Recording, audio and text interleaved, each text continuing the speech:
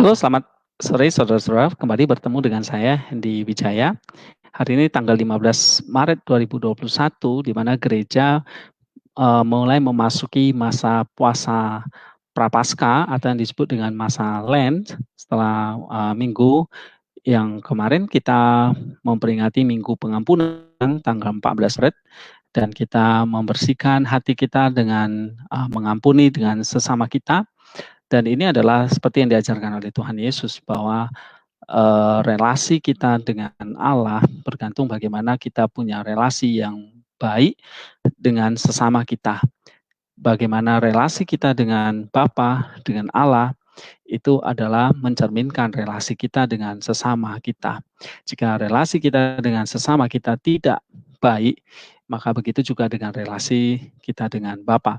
Oleh sebab itu, gereja mengajak kita untuk memberikan atau memberikan pengampunan kepada orang-orang yang bersalah terhadap kita, sehingga kesalahan-kesalahan kita juga akan diampuni oleh Allah.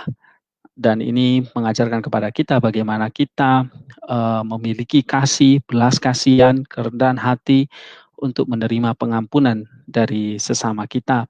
Sebab kita juga adalah orang-orang yang di hadapan Allah adalah orang-orang yang juga banyak kesalahan atau banyak pelanggaran yang kita kerjakan terhadap Allah.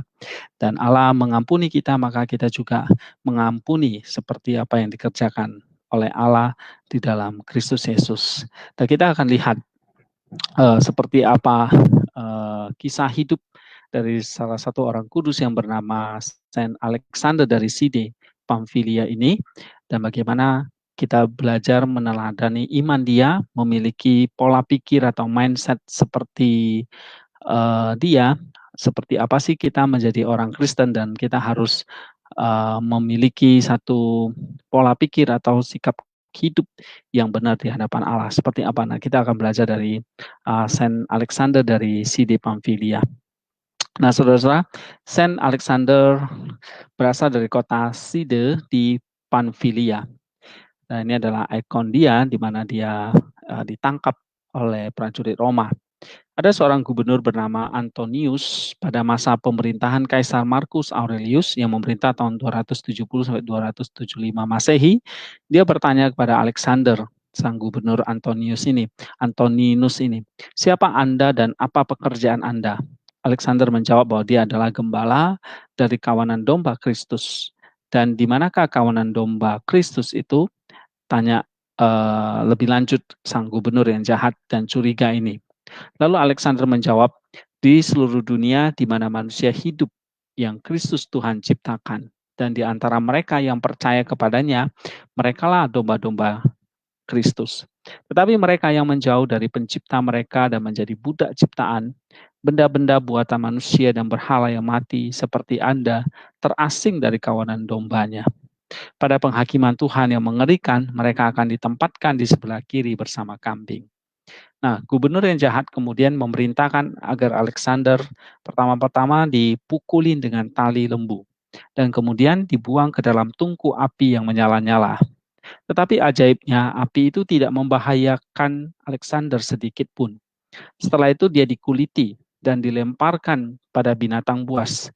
Tetapi yang terjadi, binatang itu tidak mau menyentuhnya. Akhirnya gubernur itu pun memerintahkan supaya Alexander dipenggal. Begitu Antoninus menjatuhkan hukuman, dia menjadi kerasukan roh dan menjadi gila. Dengan melolong, ya, dia dibawa di hadapan dewa berhala supaya dia disembuhkan, tapi dalam perjalanan jiwa jahatnya itu direnggut darinya. Gubernur Antoninus itu mati mengenaskan. Nah, Saint Alexander menderita antara tahun 270 sampai 275 di bawah pemerintahan Kaisar Marcus Aurelius, Kaisar Romawi. Ini adalah contoh bagaimana kisah hidup Saint Alexander yang penuh cinta kepada Kristus. Dia mengasihi Kristus sampai akhir hidupnya. Nah, kalau kita hari ini mulai memperingati masa Lent dengan hati yang bersih, setelah kita memiliki pengampunan terhadap sesama kita, atau kita memberesi relasi kita, memperbaiki relasi kita dengan sesama kita, maka kita akan kembali membangun kembali relasi kita dengan Allah. Pertama-tama, kita harus memperbaiki relasi kita dengan sesama. Itulah yang menentukan bagaimana relasi kita dengan Allah. Nah, mengampuni sesama itu adalah bagian dari perjalanan kita membangun relasi kita seperti Kristus yang memiliki relasi dengan Allah. Nah, bagaimana Alexander yang mengorbankan nyawanya demi Kristus, apalagi bagaimana kita memiliki pengampunan terhadap sesama kita, orang yang bersalah kepada kita dan sebagainya. Itu adalah bagian terkecil dari perjalanan iman kita. Dan jika kita tidak bisa mengampuni sesama kita, apakah kita bisa mengorbankan Kristus, mengorbankan iman kita, mempersembahkan hidup kita, nyawa kita untuk Kristus. Nah, saudara-saudara, gereja memperingati Alexander dari Sidi ini untuk mengingatkan kepada kita ada cinta kepada Kristus. Begitu juga kita mengampuni sesama kita, ada cinta kita kepada Kristus yang kita buktikan dengan cinta kepada sesama. Seperti yang dikatakan oleh Rasul Yohanes dalam surat 1 Yohanes 4. Dia katakan, bagaimana kamu bisa mengasihi Allah yang tidak kelihatan, sementara ada saudara atau sesamamu atau tetanggamu yang kelihatan, tapi tidak kamu kasihi. Nah, ini menunjukkan bahwa kasih kepada Allah sejalan dengan kasih kepada sesama. Cinta kepada Bapa sejalan dengan cinta kepada tetangga kita. Begitu juga dengan masalah pengampunan. Relasi kita dengan Allah Bapa sejalan dengan relasi kita. Bagaimana kita memperbaiki relasi hubungan kita dengan sesama atau orang-orang yang bersalah kepada kita. Jika kita tidak bisa mengampuni, bagaimana mungkin kita bisa memberikan cinta seperti yang dilakukan oleh Alexander kepada Kristus?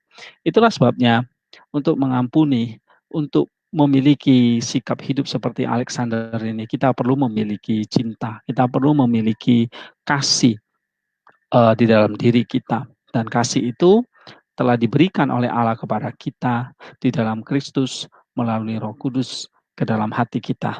Nah, kita harus memakai kasih atau cinta dari ilahi dari Allah ini untuk kita pakai kepada Kristus, untuk kita bagikan kepada sesama kita. Nah, saudara-saudara, cinta untuk siapapun atau untuk apapun, bahkan cinta untuk diri kita sendiri, memang pada waktunya itu bisa menjadi dingin di dalam diri kita. Tetapi kalau kita memiliki cintanya Allah, itulah yang memampukan kita untuk bisa mengampuni sesama kita, bahkan memberikan nyawa kita kepada Kristus. Ya, cinta yang kita miliki dalam diri kita itu bisa hilang, bisa berubah, bisa bahkan menjadi kebencian. Tetapi cinta manusia kepada Allah setelah diperoleh dan mapan lebih sulit didinginkan, kecuali dia kehilangan hatinya yang direbut oleh dunia. Manusia bisa mengurangi atau menghapus cintanya, baik karena perubahan dirinya sendiri atau karena perubahan objek cintanya. Manusia bisa mengurangi cintanya kepada Allah, sebab terjadi perubahan dalam dirinya. Tetapi tidak pernah karena perubahan dari Allah. Cinta ilahi yang ada di dalam diri kita tidak akan pernah bisa berubah, kecuali cinta dari diri kita manusia yang berdosa. Nah, mintalah cinta ilahi dari Allah. Nah, ini dijelaskan oleh Saint Ishak dari Suria. Ada sejenis cinta yang mirip dengan sungai yang mengikuti curah hujan yang akan cepat berhenti jika hujan berhenti. Tetapi ada cinta yang mirip dengan mata air yang memancar keluar dari tanah yang tidak pernah berhenti. Cinta pertama ini adalah cinta manusia. Dan cinta yang kedua tadi adalah cinta ilahi. Milikilah cinta itu. Nah, inilah mindset atau spirit ya atau phronema yang kita mesti miliki, nus yang harus kita miliki, yaitu memiliki cinta untuk Allah. Seperti yang dilakukan Alexander, dia memiliki cinta, hidupnya adalah cinta, seluruh hidupnya adalah cinta kepada Kristus. Sehingga apapun yang terjadi pada dirinya itu tidak masalah. Saint Simeon mengatakan bahwa di dalam salah satu tulisannya dia mengatakan ketika kita menjadi orang percaya, kita menjadi lahir baru dari Allah, menjadi anak-anak Allah, menjadi orang percaya. Kita pada satu sisi adalah orang yang mati, tapi pada sisi lain adalah orang yang hidup. Kita mati bagi dunia, kita mati bagi dosa, kita mati bagi hawa nafsu. Tetapi kita hidup bagi Allah. Dan hidup bagi Allah adalah hidup yang tidak lagi hidup untuk diri sendiri, tetapi hidup yang aku hidupi, yang kita hidupi sekarang adalah hidup bersama dengan Kristus di dalam aku. Ini yang ditulis oleh Rasul Paulus dalam Galatia 2 ayat 20. Kemudian Saint Simeon sang teolog ini juga berkata, kita juga buta, tetapi sisi lain kita tidak buta. Kita buta terhadap segala keinginan duniawi. Kita buta terhadap segala kesalahan orang-orang lain. Kita buta terhadap eh, penghakiman terhadap orang lain. Kita buta terhadap pelanggaran-pelanggaran terhadap pelanggaran-pelanggaran orang lain terhadap diri kita. Tetapi kita tidak buta. Kita bisa melihat segala sesuatu, tapi tidak lagi dengan mata jasmani, ya. Tetapi kita melihat segala sesuatu dengan matanya Kristus. Ya, sebab dengan memiliki matanya Kristus, kita akan melihat segala sesuatu di luar dari hal yang natural, tetapi kita melihat segala sesuatu dengan hal yang ilahi. Itulah gunanya kenapa kita buta, tapi sisi lain kita tidak buta. Kita buta terhadap hal-hal duniawi, tapi kita tidak buta terhadap hal-hal yang ilahi. Rasul Paulus mengatakan, pikirkanlah segala perkara yang di atas, bukan yang ada di dunia ini. Nah, inilah artinya kita menjadi atau kita memiliki pola pikir, mindset seperti Alexander, seperti orang-orang percaya, orang-orang kudus yang kita pelajari. Ya, kemudian Saint-Simon melanjutkan, dia inaktif, ya, dia tidak aktif, dia rest. Dia rest dari segala kejaran hawa nafsu dunia.